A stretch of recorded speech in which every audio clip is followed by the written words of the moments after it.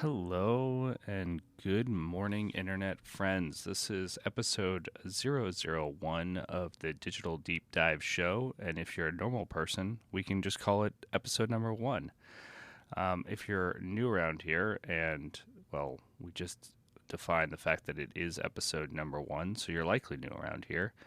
Let me give you a little overview of the show. So, the Digital Deep Dive show is really going to focus on the intersect between business and technology and how technology is helping enable individuals and organizations optimize and thrive. We're going to discuss new products and services that are entering the market, how you can leverage them to optimize your activities or your organization's activities. We're also going to have the opportunity to speak with owner operators of technology companies to really better understand their value prop and what they're doing to bring new products and services to the market. As always, you're going to be able to get this show on great podcast platforms as Spotify, Apple Podcasts, Google Podcasts. We're going to post the shows on YouTube. It's going to be the greatest show that you've ever subscribed to. You're going to wonder, how did I live my life without this show before? And now that it's here, I must tell everyone I know, go subscribe to the show. All right, enough of me peddling the subscription button to you guys. Let's jump into episode number one, where we're going to talk a lot about just some big headline news in the technology space and just some interesting theories I have about some of the bigger technology and where it's headed from a business standpoint. And then we're going to jump into some more consumer-led technology and talk about just how to leverage it to not only improve your personal life, but also to expand your knowledge of your local area or cities abroad. All right, one last thing before we jump into the show. I want to highlight that all thoughts, ideas, concepts, discussion points are my own. They are not represented by any other organization, individuals, technologies. Just wanted to call that out. All right, now that we've got all that out of the way, let's jump into the show.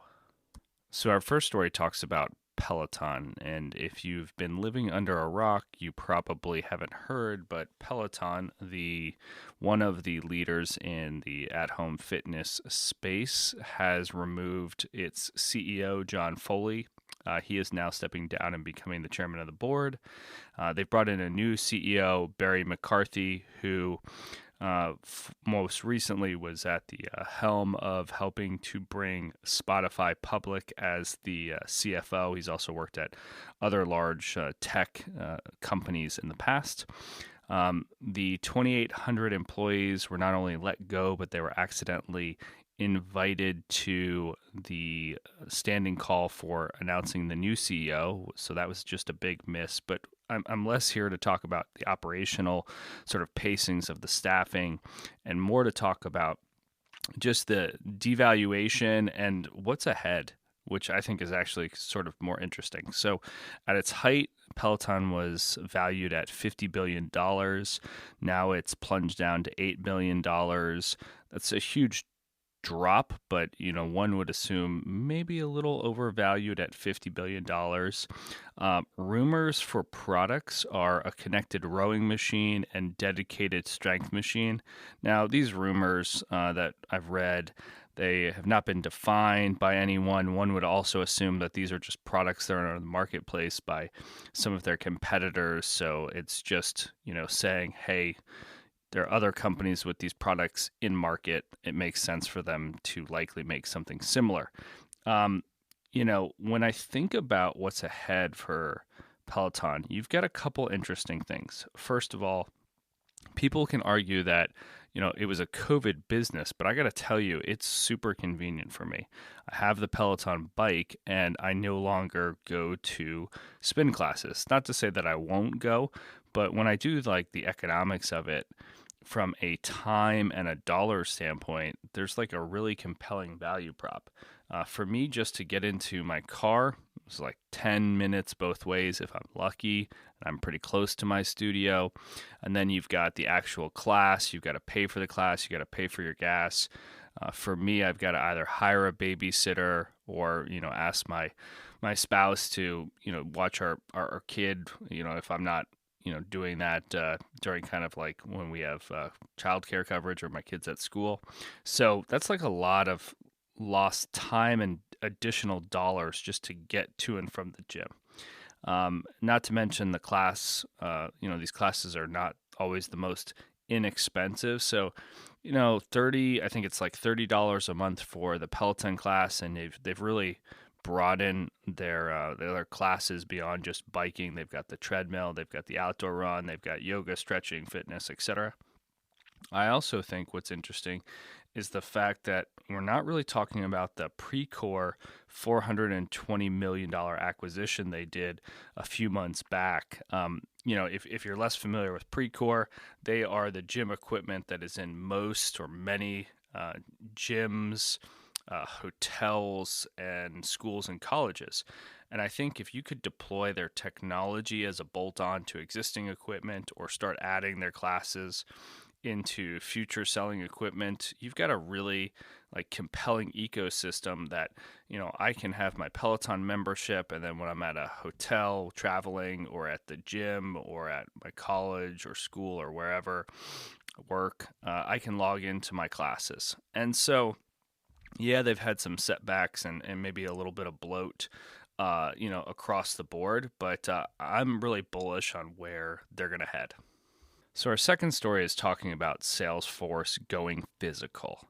So during the pandemic, millions of workers and their bosses have worked effectively from anywhere, but the lack of in-person collaboration has many executives worried about maintaining company culture and loyalty. And this is the quote from the Wall Street Journal article. Salesforce has, I'm not sure if they bought it, rented it, but it's called the Trailblazer Ranch. That's the branded term they're going with. And the idea is that they're going to bring people to offsite meetings for years. The difference is the scale and velocity in which they're doing it.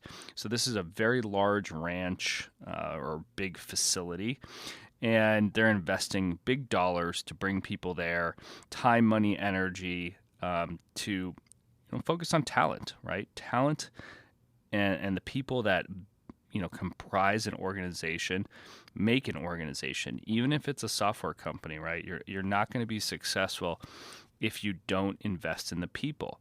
And it's very interesting to see an organization that, for all intents and purposes, could probably operate digitally. Like from a technical standpoint, they can build products, they can bring products to market. But when you think about what's ahead for an organization like this that has massive goals for both inorganic growth and organic growth, which, when I think about the organic growth, a lot of that is, integrating all of these products that they've been on an acquisition spree over the last 3 or 5 years together and harmonizing their platform or platforms in the Salesforce's standpoint. And it's very expensive to bring these people together. It takes a lot of time and energy, as I highlighted, but I think it's like a testament to an organization that can say, we're not just looking at this as like a bottom line hit. And I've seen this when I've talked with leaders and definitely read about it, of leaders just saying, look, we can cut our costs by a lot.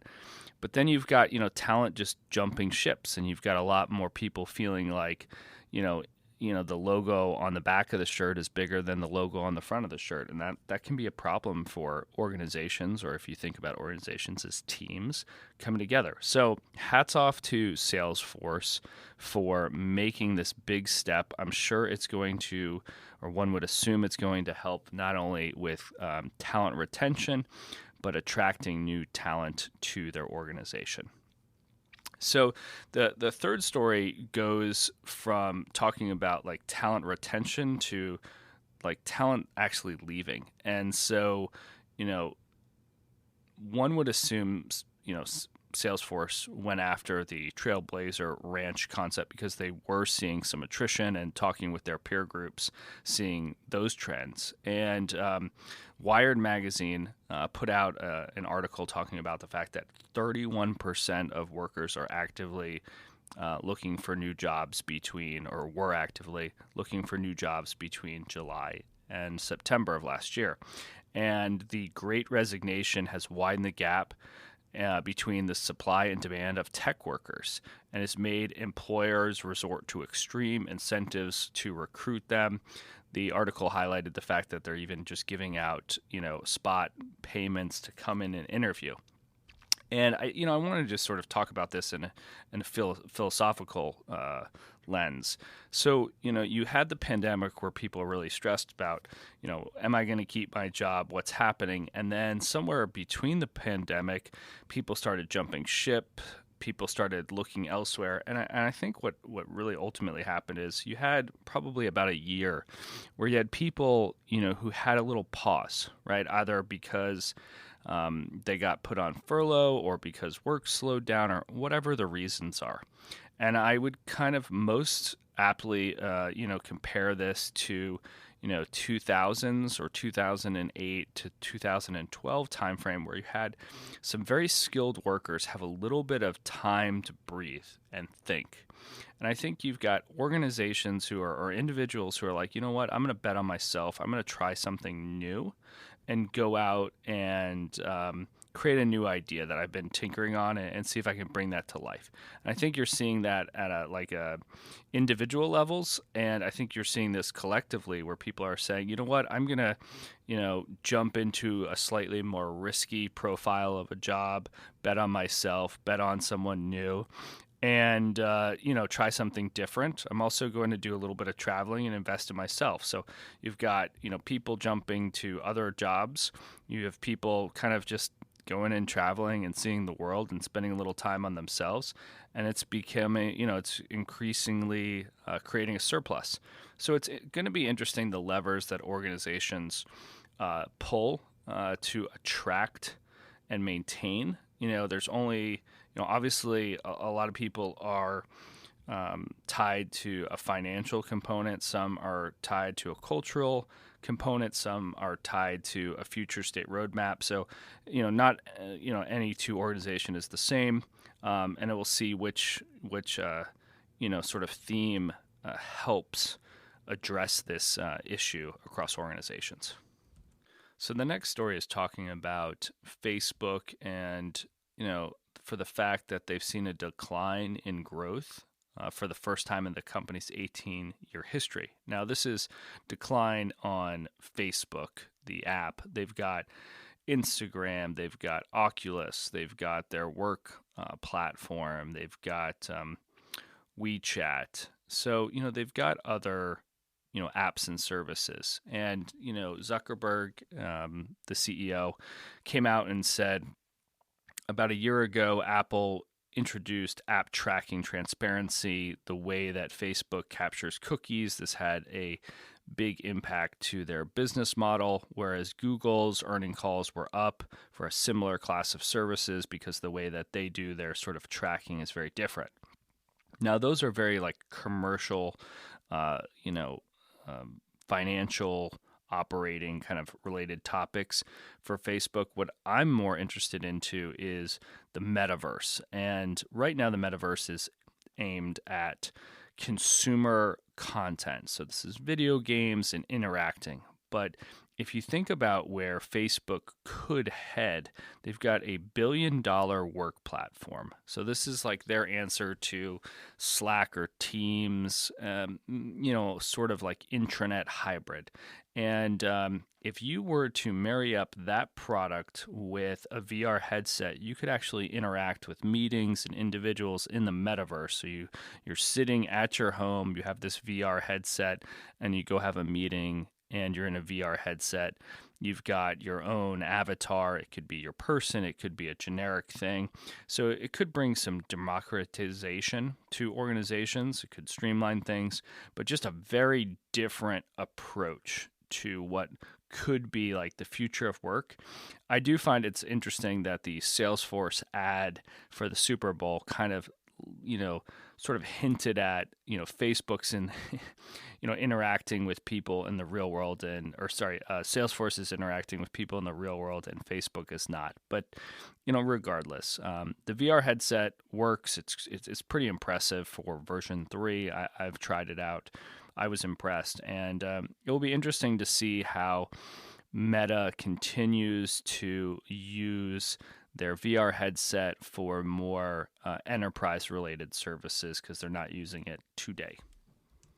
So the fifth story, I highlighted the topic or the title as "They want the tech, give them the tech." And so one of the things that Google more recently came out with was the fact that they're giving out Google Workspace for free.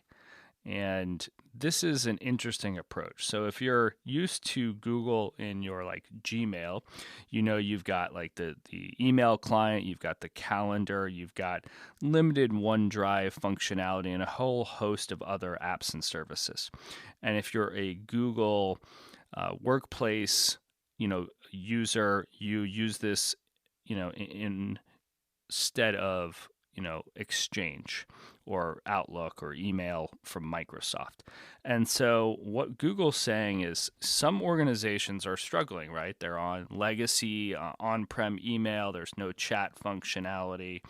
Maybe they have a POP server, whatever the technology is. Let's have them use a free Google Workspace Essential Starter Pack. And so this gives you all the essential tools from Google, and it works seamlessly with your environment. And you can access encrypted files, Google Docs, basically Google's version of PowerPoint, Word, Excel, if you're a Microsoft user. And it's really, I would say a smart play. This is the play that Slack used. They said, instead of going top down in terms of a vendor evaluation and dealing with IT and procurement, let's go directly to the user and get them to, see the apps or services because of an ad or because a friend told them about it.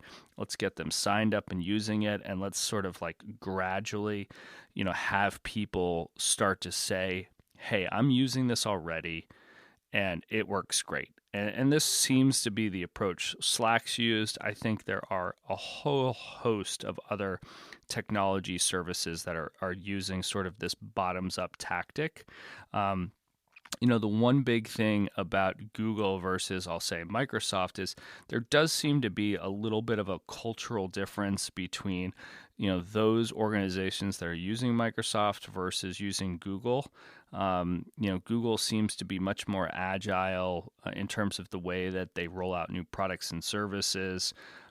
Microsoft's actually catching up a little bit to that, but it will be very interesting to see from Google if they can take free essential starter customers and then translate those or convert those into paying customers that are using the full depth and breadth of services, namely their workplace full suite in place of traditional POP or Microsoft Exchange or Office 365.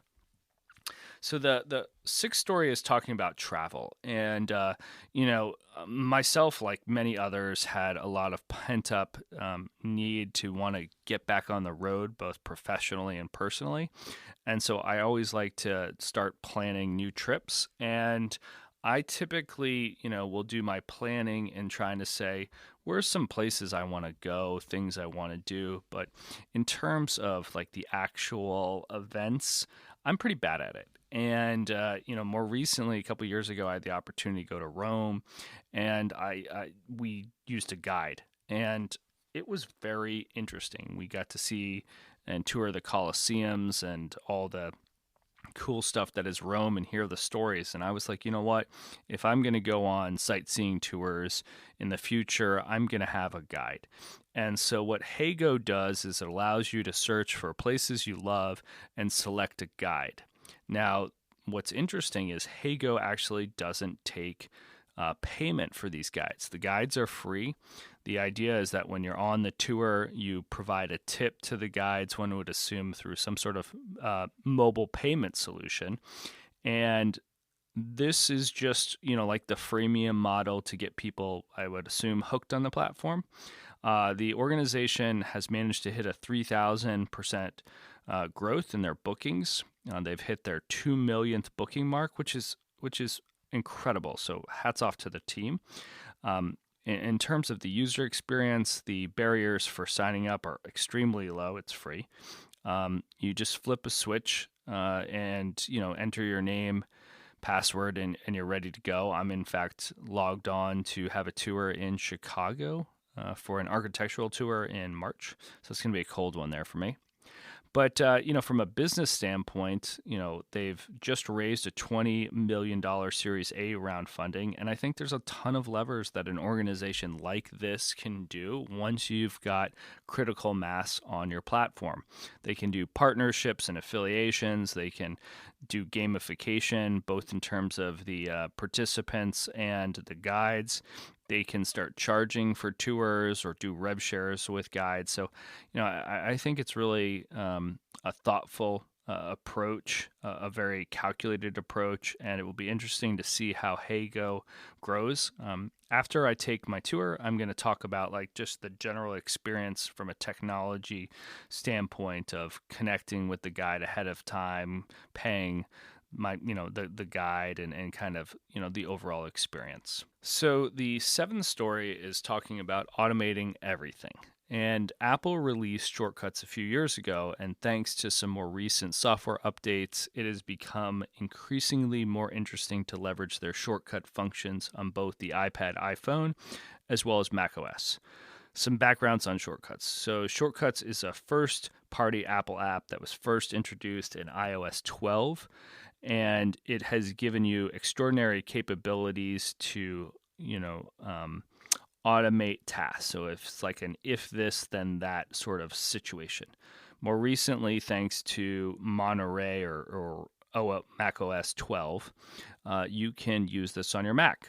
So they've got a series of groupings of shortcuts. And so these are like just little packages that are pre-done. So examples are shortcuts for accessibility, which is like mainly health and emergency focused. You've got ones for Siri that can, you can pre-program what you say into Siri and then it takes action. You've got shared shortcuts to, time-saving activities across multiple apps and services. The list goes on.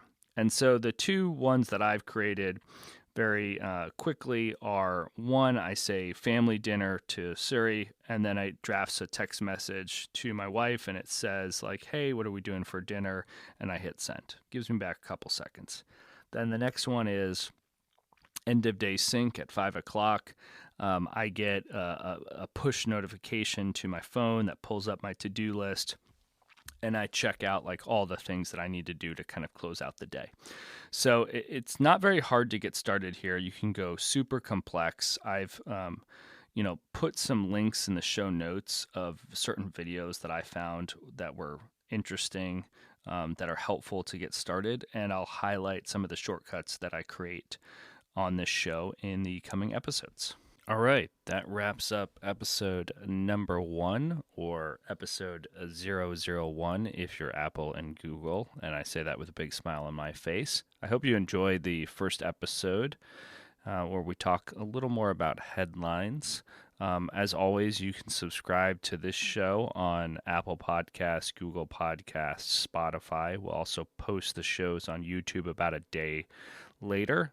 You can check out me on Twitter and LinkedIn at Reed Daily. That's ReedDailey. Just wanted to highlight that all these sort of ideas, concepts, thinkings are my own. They're not represented by anyone else. And enjoy the rest of your week. Thanks for tuning in, and hope to catch you on the next episode.